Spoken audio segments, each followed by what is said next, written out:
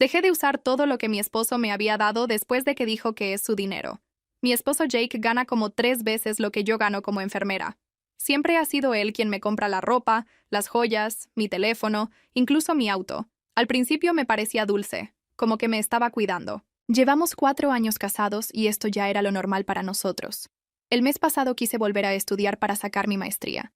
El programa cuesta unos $15,000 en total, que podría pagar con préstamos, pero Jake dijo que ni hablar. No quería que yo me endeudara cuando estábamos tratando de ahorrar para una casa. Se lo volví a mencionar unas semanas después porque la fecha límite se acercaba. Le expliqué cómo el título me ayudaría a conseguir un ascenso y ganar más dinero a largo plazo. Jake se molestó y dijo que ya habíamos hablado de eso. Cuando seguí insistiendo, finalmente explotó. Mira, yo pago todo en esta casa. Tu auto, tu ropa, esa crema facial carísima que usas, tu factura del teléfono, todo. Tú prácticamente no aportas nada económicamente, así que no te toca tomar decisiones financieras grandes como esta. Me quedé mirándolo. Nunca me había hablado así. Yo gano un dinero decente como enfermera, pero la mayor parte se va en comida, servicios y mis préstamos estudiantiles de la carrera. Él paga la hipoteca y las cuotas del auto porque insistió en hacerlo cuando nos casamos. Está bien, dije. Si todo es tu dinero, entonces no voy a usar nada de eso. A la mañana siguiente me quité los aretes de diamante que me había regalado para nuestro aniversario. Luego el collar de Navidad. También dejé mi anillo de bodas en el joyero, ya que él lo pagó. Agarré ropa del fondo del closet que yo misma había comprado antes de casarnos. Uniformes viejos, algunas camisetas, unos jeans rotos. Dejé mi iPhone en la encimera de la cocina y saqué mi viejo teléfono de tapa del 2019. El Nokia todavía funcionaba. Lo había cargado toda la noche con el cable que encontré en la caja de zapatos, debajo de la cama, donde había guardado todo lo que ya no usaba desde que me casé. 42% de batería al despertar. Suficiente para un turno. Me lo metí al bolsillo del pantalón antes de salir del cuarto. Jake ya estaba en la cocina. Tenía el café servido y el teléfono en la mano, revisando algo. Levantó la vista cuando entré. La bajó despacio. Mi ropa primero. Un uniforme viejo azul del que guardé 2 pares cuando cambié los que él me compró. Luego mis manos. Luego mi cuello. No había nada. Ni aretes, ni collar, ni anillo. En mi dedo anular había una línea más pálida, casi imperceptible. Lo único que quedaba de 4 años. No dijo nada todavía. Fui al refrigerador. Saqué un envase de yogur que yo misma había comprado la semana anterior. Tomé una cuchara del cajón y comí de pie frente a la ventana. La calle estaba gris. Iba a llover antes del mediodía. Jake seguía mirándome. Yo seguía comiendo. Eso era lo que él no esperaba. No el uniforme viejo, ni el Nokia, ni la ausencia del anillo. Lo que no esperaba era el silencio. 4 años y me conocía bien. Sabía cuándo mi silencio era tensión contenida a punto de romperse, cuándo era el silencio previo a una conversación que yo ya había ensayado en mi cabeza. Conocía mis pausas, mis inflexiones, la diferencia entre cuando estaba molesta y cuando estaba esperando que él hablara primero. Esta vez no supo descifrar cuál era. ¿Vas a ir al hospital así?, dijo. No fue pregunta. Sí, con ese uniforme. Es mi uniforme. Hubo un silencio. Él puso el teléfono boca abajo sobre la isla. Ya entendí el punto. Su voz tenía ese tono que usaba cuando quería sonar razonable. Mesurado, como si yo fuera la que estaba exagerando. Estabas molesta anoche. Dijiste lo que dijiste, pero ya... No estaba molesta. Enjuagué la cuchara y la dejé en el fregadero. Te dije que no iba a usar lo que tú pagaste. Lo sigo diciendo. Eso es ridículo. Para ti. Me sequé las manos con el trapo de cocina. Tomé mis llaves, las del Civic del 2014, el que yo había comprado antes de casarme, con el tapizado rasgado en el asiento del copiloto que nunca arreglé porque no me importaba, y las sostuve un momento. Jake me miraba esperando algo. Una fisura. 4 años aprendiendo a leerme, y ahora no sabía qué estaba viendo. ¿Y el iPhone?, dijo. En la encimera, donde lo dejé anoche. Entonces, ¿cómo vas a...? Tengo teléfono. Saqué el Nokia del bolsillo. Lo sostuve un segundo frente a él, sin decir más. Luego lo guardé. Jake abrió la boca. La cerró. Algo cruzó su cara. No era enojo todavía. Era algo antes del enojo. Algo parecido al desconcierto de quien mueve una pieza en el tablero y el otro jugador no responde como debería. Esto no puede seguir así, dijo. Estaré en casa a las 7. Agarré el bolso, el de tela, sin marca, que había usado en la carrera, y salí. No di portazo. No necesitaba el portazo. Cerré la puerta con cuidado, despacio, y caminé hasta el carro sin voltear una sola vez. El turno duró 11 horas, 3 ingresos nuevos en la mañana, una cirugía de emergencia que retrasó el piso entero, 2 cambios de medicación que tuve que gestionar mientras coordinaba con el médico de guardia por teléfono. A las 11 de la mañana, en medio de la ronda, me senté junto a la paciente de la cama 7. Señora de 70 y tantos años, con el pelo blanco trenzado y una neumonía que mejoraba lento, y le tomé los signos sin prisa. Ella me preguntó si iba a mejorar antes del viernes porque su nieto cumplía años. Le dije que lo más probable era que sí. Le ajusté la almohada. Verifiqué la vía. Seguí con la ronda. En esos pasillos nadie me preguntaba si mi ropa era de temporada. Nadie miraba mis manos buscando el anillo que ya no estaba. Lo que importaba era si sabías lo que hacías. Y yo sabía exactamente lo que hacía. 5 años en el mismo piso. Los mismos equipos, las mismas máquinas. Cada protocolo, cada médico, cada tecnicismo del departamento era conocimiento mío, construido hora por hora durante 5 años de turnos, de estudios, de errores corregidos y procedimientos dominados. Ese conocimiento era completamente mío. Nadie me lo había comprado.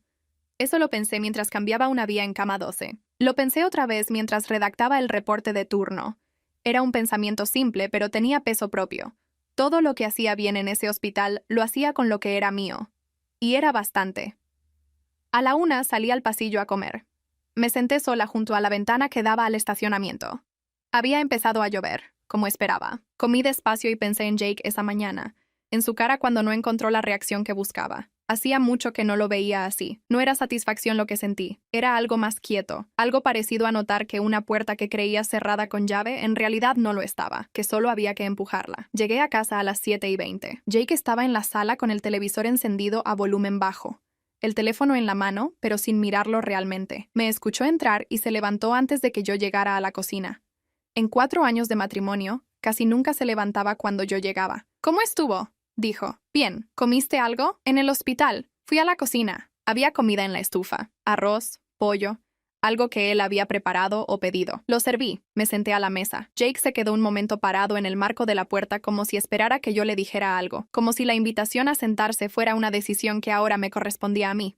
No dije nada. Él se sentó de todas formas. Comimos en silencio. No era el silencio de antes, el que se llenaba con comentarios sobre el día o con el ruido del televisor de fondo. Era un silencio con peso, donde los dos éramos conscientes de cada segundo que pasaba, sin que ninguno dijera lo que estaba pensando. A la mitad de la cena, Jake dejó el tenedor. No puedo seguir ignorando esto, dijo. Lo miré. ¿Cuánto tiempo vas a seguir así? No lo sé. ¿No lo sabes?, repitió mis palabras con incredulidad, como si «no lo sé» fuera una respuesta que no cabía en el esquema que él tenía de mí. Yo, que siempre sabía lo que quería, que siempre tenía el argumento siguiente listo, que no dejaba las conversaciones sin resolver. No lo sé, repetí. Daniela, si quieres hablar de la maestría, hablamos. Podemos encontrar una solución. Pero quitarte el anillo y andar con ese teléfono de hace 6 años como si... No lo hice para que habláramos de la maestría. Él se quedó callado. Lo hice porque dijiste que todo era tuyo. Dije. Y tenías razón. Es tuyo, así que no lo uso. Eso no fue lo que quise decir. ¿Qué quisiste decir, Jake? No respondió de inmediato, y en esa pausa vi algo que no había visto en mucho tiempo. Jake sin la respuesta siguiente preparada. Jake procesando en tiempo real, sin el terreno firme de siempre. Terminé de comer, lavé el plato, lo dejé en el escurridor y subí sin decir buenas noches.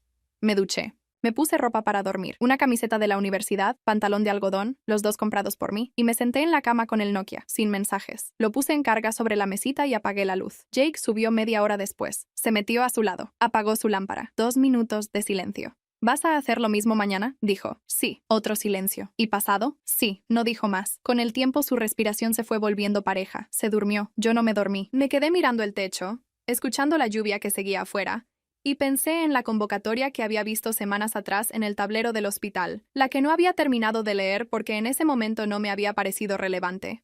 Ahora sí me parecía relevante. Mañana la iba a leer completa. La convocatoria tenía 4 páginas. La leí completa durante el descanso del mediodía, sentada junto a la ventana del pasillo que daba al estacionamiento. Beca de desarrollo profesional para enfermeras con más de 3 años de servicio continuo en el hospital.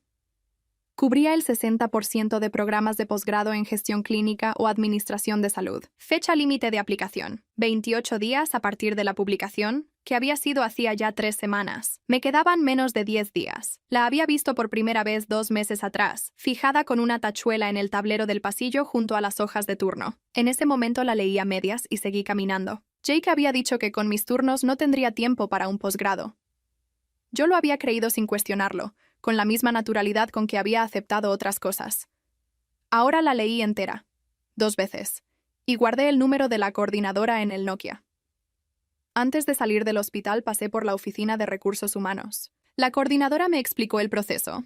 Necesitaba una carta de recomendación firmada por el jefe de piso. El formulario estaba en el sistema. El plazo mínimo para tramitarla era 10 días hábiles contando desde que el médico lo recibiera. Hable con su supervisor lo antes posible, dijo. El doctor Navarro tiene la agenda apretada, y estas cartas toman tiempo. Salí con la información anotada y la carpeta completa del programa bajo el brazo. Jake estaba en la cocina cuando llegué. Esta vez no se levantó. Estaba frente a la estufa, dándome la espalda, moviendo algo en una sartén. Lo noté de inmediato. Había cambiado de estrategia. El de los días anteriores, que se levantaba y preguntaba cómo había estado, no había funcionado. Ahora probaba con normalidad forzada, con la rutina de antes, como si nada hubiera pasado. Lo dejé hacer. Guardé la carpeta en mi bolso antes de colgar el abrigo. No era el momento. Hice pasta, dijo sin voltear. Bien, nos sentamos. Esta vez Jake habló más que de costumbre. Sobre un problema en el trabajo, sobre algo que había visto en las noticias, sobre el vecino que había estacionado mal otra vez. Yo respondía con lo necesario. No era frialdad calculada ni silencio estratégico. Simplemente no tenía nada que agregar a esos temas. A la mitad de la cena dejó el tenedor. Pensé que podríamos hablar este fin de semana, con calma. ¿Sobre qué? Sobre todo esto. Hizo un gesto que abarcaba la mesa, la cocina, los dos. Está bien, dije. Eso lo desconcertó. Esperaba resistencia o indiferencia, no un acuerdo limpio. Vi que tuvo que reajustar. ¿El domingo?, dijo. El domingo estoy libre desde las 4. Perfecto. Terminamos de comer. Lavé los platos. Subí. El jueves, después de la ronda de las 2, fui a buscar al doctor Navarro. Lo conocía bien. 5 años en el mismo piso. Situaciones complicadas resueltas juntos. Ningún problema entre nosotros. Era directo y esperaba lo mismo de quien hablaba con él. Toqué el marco de su oficina. ¿Tiene un minuto? Claro. Me senté frente a su escritorio y fui directa. Quería aplicar a la beca de posgrado del hospital. Necesitaba una carta de recomendación. Quería saber si estaba dispuesto a firmarla. Me estudió un momento. ¿Por qué no aplicaste la convocatoria anterior? Circunstancias personales. Asintió una vez. No preguntó más. Mándame el formulario por correo interno. Lo reviso esta semana. Gracias, doctor. Llevas 5 años aquí, dijo cuando me levantaba. Deberías haber aplicado antes. No respondí nada. Salí al pasillo y volví a la ronda con esa frase todavía en la cabeza. Deberías haber aplicado antes. Sí, debería. El viernes llegué a casa y había flores en la mesa del comedor. Rosas rojas, en el florero de cristal que guardábamos en el mueble de la sala y usábamos para decoración en Navidad. Jake salió de la sala cuando me oyó entrar. Pensé que, empezó. ¿Las compraste tú? Sí. ¿Con tu tarjeta? Hubo una pausa corta. Sí. Entonces son tuyas. Dejé el bolso en la silla y fui a la cocina. Detrás de mí escuché un silencio que reconocí. Era el silencio de alguien que preparó un gesto y acaba de ver que no funcionó como esperaba. Me serví un vaso de agua. Jake entró a la cocina. ¿Qué quieres que haga? La voz tenía un borde nuevo. No el tono mesurado y razonable de los primeros días. Algo más cercano al límite. Nada, dije, nada. No te pedí flores, Jake. Estoy intentando. Lo veo, lo miré. Pero no es lo que necesito. Entonces dime qué necesitas. Llevas 5 días sin el anillo, con ese teléfono, con esa ropa. Y yo no entiendo qué estás esperando que pase. No estoy esperando que pase nada. Estoy haciendo exactamente lo que te dije que iba a hacer. ¿Y eso va a seguir indefinidamente? No sé cuánto tiempo va a seguir. Ya te lo dije 2 veces. Él apoyó las 2 manos sobre la isla. Bajó la cabeza un momento, como si estuviera eligiendo las palabras. Cuando la levantó su cara tenía algo que no le había visto en mucho tiempo. No enojo. No el control habitual. Algo parecido a la duda real, sin ensayo. El domingo hablamos, dijo. El domingo, confirmé. Subí. La casa se quedó en silencio abajo. Sin televisor, sin ruido. Solo Jake con sus flores y sus pensamientos. Saqué la carpeta del bolso, la puse sobre el escritorio y abrí el Nokia. Un correo nuevo del doctor Navarro. Una sola línea, listo para cuando me mandes los datos del programa. Lo leí 2 veces, luego cerré el teléfono y me acosté. El domingo Jake quería hablar. Yo también tenía cosas que decir. No eran las mismas cosas que él esperaba escuchar. El domingo Jake se levantó temprano. Cuando bajé a las 8:30 ya tenía café hecho, la mesa limpia y 2 tazas puestas. Lo vi desde las escaleras antes de que él me viera a mí. Estaba de pie junto a la ventana con los brazos cruzados, mirando hacia afuera. No estaba revisando el teléfono. No tenía nada en las manos. Bajé. Me serví café. ¿Dormiste bien?, dijo. Sí. Me senté a la mesa. Él se sentó frente a mí. Puso las manos alrededor de su taza y esperó, como si la conversación fuera a empezar sola. Yo tomé café. Quiero entender qué está pasando, dijo al fin. ¿Qué parte no entiendes? La de por qué esto escaló hasta acá. Discutimos sobre la maestría. Eso pasa en los matrimonios. No entiendo por qué de repente estás viviendo como si yo fuera el enemigo. No estoy viviendo como si fueras el enemigo. Te quitaste el anillo, Daniela, porque lo compraste tú. Él dejó la taza sobre la mesa. ¿Eso es lo que significa para ti? ¿Un objeto que alguien compró? Significa que cuando dijiste que todo era tuyo, yo te creí. Actué en consecuencia. Eso no fue lo que quise decir y lo sabes. Entonces dime qué quisiste decir. Hubo un silencio. Jake pasó una mano por su pelo. Era el gesto que hacía cuando estaba buscando cómo formular algo sin que sonara mal. Quise decir que yo cargo con la mayor parte de los gastos, que estábamos ahorrando para algo concreto, que un préstamo de $15,000 en este momento no tiene sentido. Eso lo entiendo, dije. Pero lo que dijiste fue que no me toca tomar decisiones financieras grandes. Esas fueron tus palabras. Estaba molesto, lo sé, y yo te tomé la palabra. Él me miró. Algo en su cara cambió levemente, como si acabara de notar algo que había estado viendo sin procesar. ¿Cuánto tiempo llevas pensando esto?, dijo. Pensando que el dinero es mío y lo demás también. Me quedé un momento con la taza en la mano. No lo pensé hasta que tú lo dijiste. No respondió. Tomó su café. Miró la mesa. Yo aproveché ese silencio. Jake, voy a aplicar a la beca del hospital. Levantó la vista. ¿Qué beca? Una beca de desarrollo profesional. Cubre el 60% del programa de maestría. El 40% restante lo puedo manejar con mis ingresos y un préstamo menor. ¿Cuándo decidiste esto? Esta semana, sin hablar conmigo. Te lo estoy diciendo ahora. Su mandíbula se tensó. Reconocí ese gesto. Era el que antecedía al argumento siguiente, al reencuadre, a la forma en que él convertía cualquier decisión mía en una conversación donde yo terminaba cediendo. Esta vez lo dejé hablar. No entiendo por qué esto tiene que ser una decisión unilateral, dijo. No es unilateral. Te lo estoy informando antes de enviar la aplicación. Informar no es consultar. Tienes razón, dije. Consulté la vez pasada y el resultado fue que no me tocaba decidir. Esta vez informo. Silencio. El proceso de aplicación ya está avanzado, continué. El doctor Navarro va a escribir la carta de recomendación. La fecha límite es en menos de 10 días. Jake me miraba como si no me reconociera del todo. No era enojo todavía. Era algo más parecido a la reorientación, al momento en que alguien nota que el terreno bajo sus pies es distinto al que creía estar pisando. ¿Y si no te dan la beca?, dijo. Evaluaré mis opciones. ¿Y si te la dan? ¿Cuándo vas a tener tiempo para estudiar con tus turnos? Eso es un problema mío. Eres mi esposa. Tus problemas también son míos. Sí, dije, como los míos son tuyos. Por eso esta semana usé mi yogur, mi uniforme, mi carro y mi teléfono, porque lo que es mío también es mío. Él no respondió. Dejé la taza en la mesa y me levanté. Jake, yo no quiero pelear, pero tampoco voy a pedirte permiso para estudiar. Eso no lo voy a hacer. Nunca te pedí que pidieras permiso. Lo que pediste fue que me detuviera, 2 veces, y la segunda vez dijiste que no me tocaba decidir. Me detuve antes de salir de la cocina. Eso fue lo que cambió todo. Subí. No escuché que él se moviera en varios minutos. El lunes mandé el formulario al doctor Navarro por correo interno. El martes él me confirmó que la carta estaría lista el jueves. El miércoles llené la solicitud completa en el sistema del hospital. Historial académico, años de servicio, carta de motivos. La carta de motivos me tomó 2 horas.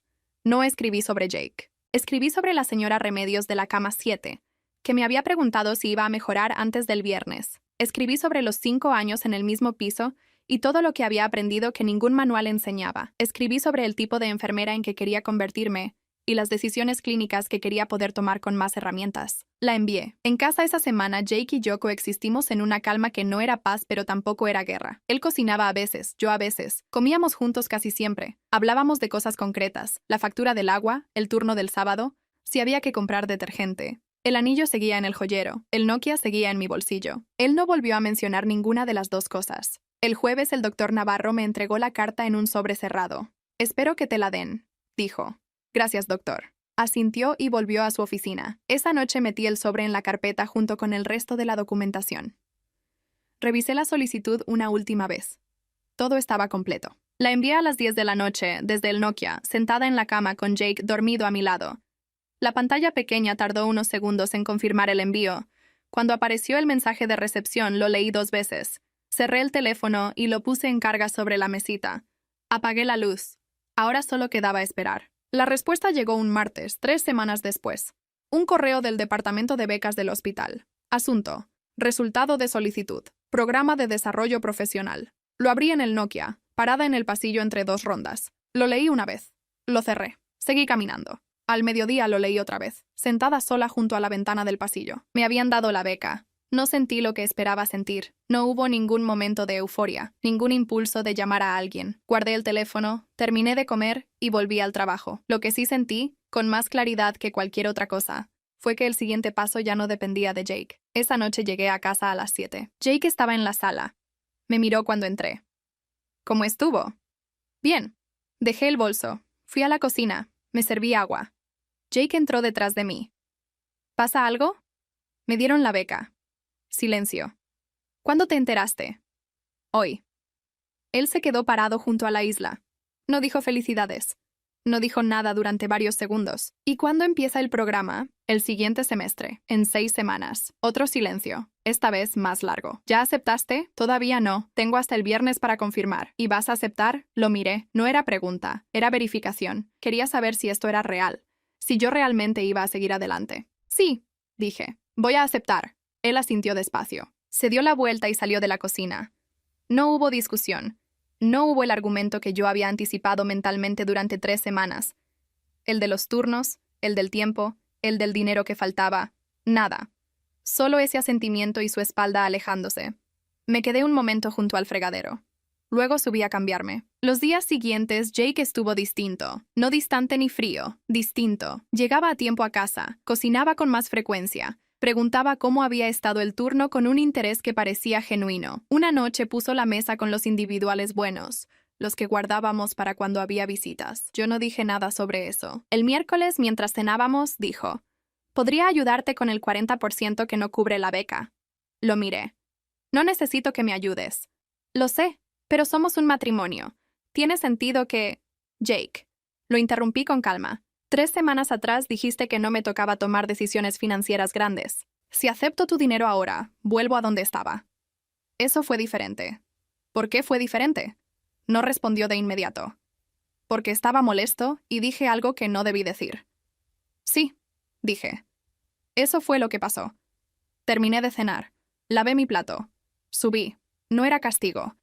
Era que el dinero de Jake viniera como viniera, como regalo, como apoyo, como gesto de reconciliación, traía condiciones que él ni siquiera notaba que estaba poniendo. Eso era lo más difícil de explicar, que no era malicia. Era un patrón que los dos habíamos construido juntos, sin hablarlo, sin nombrarlo, hasta que un día explotó en una cocina sobre una maestría y $15,000. Lo había aprendido en 4 años. Lo había terminado de entender en las últimas semanas.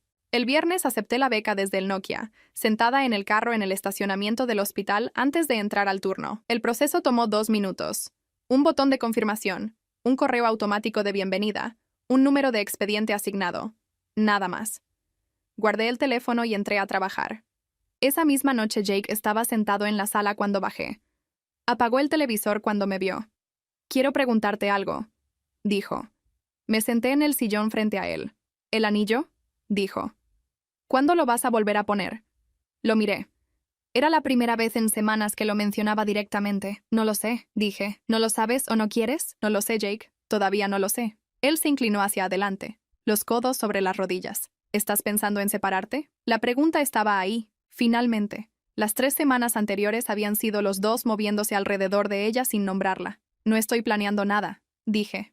Pero tampoco estoy bien con cómo estaban las cosas antes de que esto empezara. ¿Qué estaba mal? Que yo tomaba decisiones dentro del margen que tú me dejabas, y no me había dado cuenta hasta que lo dijiste en voz alta. Él no respondió. «No fue solo la maestría», continué. «Fue que cuando lo dijiste sonó normal, como algo que los dos habíamos aceptado sin hablarlo. Yo nunca quise que fuera así. Lo sé, pero así estaba siendo». Silencio. «¿Y ahora qué?», dijo. «Ahora yo estudio. Trabajo. Sigo haciendo lo que tengo que hacer. Me levanté. Lo demás lo vemos con el tiempo. Subí. Esa noche no tardé en dormirme. No hubo lluvia que escuchar, ni techo que mirar demasiado tiempo. Me acosté, cerré los ojos y me dormí con el Nokia cargando sobre la mesita y la confirmación de la beca guardada en la bandeja de entrada. El lunes siguiente entré al hospital con el sobre de matrícula en el bolso. Lo entregué en la oficina de recursos humanos antes de empezar el turno. La coordinadora lo recibió, lo selló, me dio una copia. «Bienvenida al programa», dijo. «Gracias». Volví al pasillo. La ronda de las 8 empezaba en 10 minutos. Pasé frente al tablero donde había estado fijada la convocatoria. Ya no estaba. Alguien la había quitado y en su lugar había otra hoja. Fechas de capacitación interna. Algo sobre protocolos nuevos. Seguí caminando. En el bolsillo del uniforme viejo, el Nokia. En el dedo anular, todavía la línea más pálida donde había estado el anillo. En el bolso, la copia de la matrícula. Todo lo que llevaba encima esa mañana era mío. Las clases empezaron un lunes a las 6 de la tarde. 3 horas, 2 veces por semana, en el campus del hospital universitario. El grupo era de 16 personas. Enfermeras, un par de técnicos, una administradora de clínica privada. La mayoría llevaba más años que yo en el sistema. Nadie llegó con tiempo de sobra. Nadie llegó sin cansancio. Me senté en la segunda fila. Saqué el cuaderno que había comprado yo. Espiral, tapa dura, sin marca, y anoté la fecha en la primera página. El primer módulo era gestión de recursos humanos en entornos clínicos. El profesor era un médico internista que había pasado 10 años administrando un departamento de urgencias antes de dedicarse a la docencia. Hablaba rápido y esperaba que sus alumnos leyeran antes de llegar a clase. Me gustó desde la primera sesión. Esa primera noche salí a las 9:15 con 3 páginas de apuntes y una lista de lecturas para la semana siguiente. Caminé al carro en el estacionamiento del campus y me quedé un momento sentada antes de arrancar. Afuera estaba oscuro y hacía frío. Dentro del carro estaba sola con ese silencio específico de cuando algo acaba de empezar. Arranqué y me fui a casa. En casa, la dinámica había cambiado de forma concreta. Los lunes y miércoles yo salía del hospital directo a clases y llegaba cerca de las 10 de la noche. Jake cenaba solo esos días. Yo comía algo rápido antes de irme, o llegaba y calentaba lo que hubiera en la estufa. La primera semana no dijo nada sobre eso. La segunda semana, un miércoles, llegué a las 10:15 y había comida guardada en un recipiente en el refrigerador, con una nota encima. «Para cuando llegues», sin firma, aunque no hacía falta. Lo calenté. Me lo comí sentada en la cocina sola. No dije nada al día siguiente. Él tampoco. Pero el jueves siguiente también había comida guardada. Y el lunes después. Se volvió un hábito sin que ninguno de los dos lo nombrara. A las 4 semanas de haber empezado el programa, el hospital me llamó a una reunión con la jefa de enfermería del piso, la doctora Mora. Me senté frente a su escritorio sin saber de qué se trataba. «Llevamos tiempo observando tu trabajo», dijo. «Y con la maestría en curso queremos proponerte algo». Me explicó. Había una posición de coordinadora de turno que iba a abrirse en 3 meses. No era un ascenso formal todavía. Era una posición de transición, con responsabilidades adicionales y un ajuste de salario mientras el proceso administrativo se completaba. «No tienes que decidir ahora», dijo.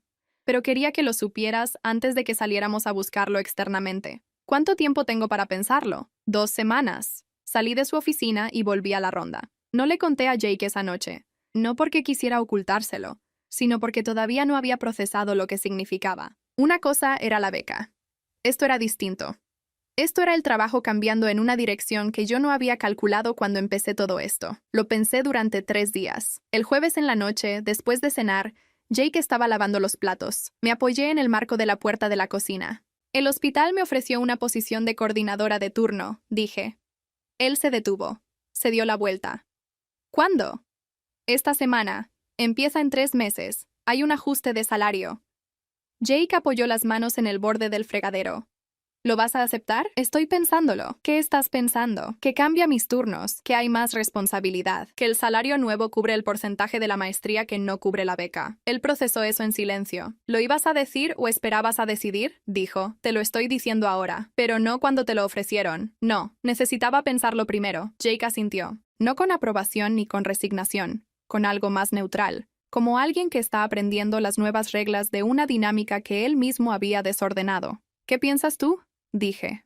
Me miró. «¿Me estás preguntando?» «Sí». Tardó un momento. «Creo que deberías aceptarlo», dijo. «Si es lo que quieres, es lo que quiero. Entonces acéptalo». No fue una gran conversación. No hubo resolución de todo lo que seguía sin resolverse entre nosotros. pero fue la primera vez en semanas que él respondía a algo mío sin intentar reencuadrarlo, sin buscar dónde poner su peso en la decisión. Lo noté. No lo dije en voz alta. Acepté la posición el viernes siguiente. Esa misma tarde, al llegar a casa, subí al cuarto. Abrí el joyero. El anillo seguía ahí, en el mismo lugar donde lo había dejado semanas atrás. Lo miré un momento. No me lo puse. Cerré el joyero y bajé. Jake estaba en la sala. Levantó la vista cuando entré. Acepté, dije. Bien, una pausa. ¿Celebramos algo? Lo miré. ¿Qué quieres celebrar? Él se quedó callado un segundo. Lo que conseguiste, dijo. La beca, el puesto. Lo que hiciste. Era la primera vez que lo decía así, sin el filtro de nosotros, sin convertirlo en algo compartido. Lo que hiciste. Podemos pedir algo si quieres, dije. Lo que tú prefieras. Pedimos comida. Comimos juntos en la sala, con el televisor de fondo, sin hablar demasiado. No fue una cena especial. Fue una cena normal, de un martes cualquiera, en una casa donde todavía había cosas sin resolver, pero donde algo, lentamente, había empezado a acomodarse. Al subir esa noche pasé frente al joyero. No lo abrí. Todavía no era el momento. Pero por primera vez desde que había puesto el anillo ahí, no pensé en él como algo que Jake había comprado. Pensé en él como una pregunta que todavía no tenía respuesta. Y eso era distinto. El día que empecé como coordinadora de turno, Jake me esperaba despierto cuando llegué a casa. Eran las 11 de la noche. El primer día en la nueva posición había durado 14 horas. Reunión de transición en la mañana, turno completo, cierre de reportes que antes no me correspondían. Entré a la casa con los pies cansados y el bolso más pesado que de costumbre porque había traído 2 manuales de protocolo para leer antes del viernes. Jake estaba sentado en la sala con la luz encendida. No estaba mirando el teléfono ni el televisor. Estaba sentado. «¿Cómo te fue?», dijo. «Largo». Me quité los zapatos en la entrada. «Pero bien. ¿Comiste?» «En el hospital. Fui a la cocina por agua». Él me siguió y se apoyó en el marco de la puerta. «¿Puedo decirte algo?», dijo. Lo miré. «Llevo semanas pensando en lo que dijiste, lo de que tomabas decisiones dentro del margen que yo te dejaba». Hizo una pausa. «Nunca lo vi así, pero tienes razón». No respondí. Lo dejé continuar. No lo hice con esa intención, pero el resultado fue el mismo. Bajó la vista un momento. «No sé si eso cambia algo para ti, pero quería decírtelo». «Lo escucho», dije. «¿Solo lo escuchas?» «Por ahora sí». Él asintió. No pidió más. Tomé mi vaso de agua y subí. 2 semanas después terminé el primer módulo de la maestría con la calificación más alta del grupo. El profesor me lo dijo al final de la última sesión, antes de que saliéramos. «Tienes buen criterio clínico», dijo. «Y sabes comunicarlo por escrito. Eso no es común». Lo anoté en el Nokia en el estacionamiento, antes de arrancar. No porque necesitara recordarlo, sino porque quería tenerlo escrito en algo que era mío. Un sábado por la mañana, 3 meses después de haber dejado el anillo en el joyero, Jake me preguntó si podíamos hablar. Nos sentamos a la mesa del desayuno. Él tenía café. Yo también. «Quiero saber dónde estamos», dijo. «¿Qué quieres saber específicamente? Si hay un camino aquí. Si estás dentro o ya decidiste que no». Era la pregunta directa que ninguno había hecho todavía. No la versión suave ni la versión cargada de reproches. Solo esa. Lo miré. «No he decidido que no», dije. «Pero tampoco estoy donde estaba». «¿Dónde estás?» «Estoy construyendo algo que es mío. Por primera vez en 4 años lo estoy haciendo sin pedirte permiso ni esperando tu aprobación, y necesito saber que eso puede existir dentro de este matrimonio». «¿Dudas de que pueda?» «Dudo de que tú lo entiendas del todo todavía». Él no se defendió. Eso también era nuevo. «¿Qué necesitas de mí?», dijo. «Que cuando yo tome una decisión sobre mi carrera o mi educación, la respuesta no sea que no me toca, que nunca más sea eso. No va a serlo». «Eso es fácil de decir ahora». «Lo sé», tomó el café, «pero es lo que te puedo dar, mi palabra. Y que lo veas con el tiempo». Me quedé callada un momento. «Hay algo más», dije. «Dime». «El iPhone, el carro nuevo, la ropa, todo eso que comprabas». Yo lo aceptaba porque era más fácil que discutir, pero cada cosa que aceptaba era una razón más para que sintieras que tenías voz sobre lo mío. Jake escuchó sin interrumpir. «No necesito que dejes de hacer gestos», continué. «Necesito que los gestos no vengan con peso». «¿Cómo sé la diferencia?». Preguntando. «Antes de comprar algo para mí, preguntando si lo quiero». Él procesó eso. «Está bien», dijo. Nos quedamos en silencio un momento. Afuera había sol. Era la primera mañana en semanas que ninguno de los dos tenía prisa por ningún lado. «¿Puedo preguntarte algo yo?», dijo Jake. «Sí». «El anillo. ¿Tiene que ver con todo esto o es algo aparte?». Lo pensé. «Tiene que ver con todo esto», dije. «Cuando lo puse en el joyero no fue solo por lo que dijiste. Fue porque necesitaba saber qué quedaba si quitaba todo lo que tú habías puesto». «¿Y qué quedó?». «Yo». Él me miró. ¿Y es suficiente? Dijo. Es suficiente para mí. La pregunta es si es suficiente para los dos. Silencio. Jake se levantó. Llevó su taza al fregadero. La enjuagó. Se quedó de espaldas un momento. Luego se dio la vuelta. Llevo 4 años casado con una enfermera que estudió sola, que paga sus propias deudas, que consiguió una beca sin decirme nada y un ascenso sin pedirme opinión. Hizo una pausa.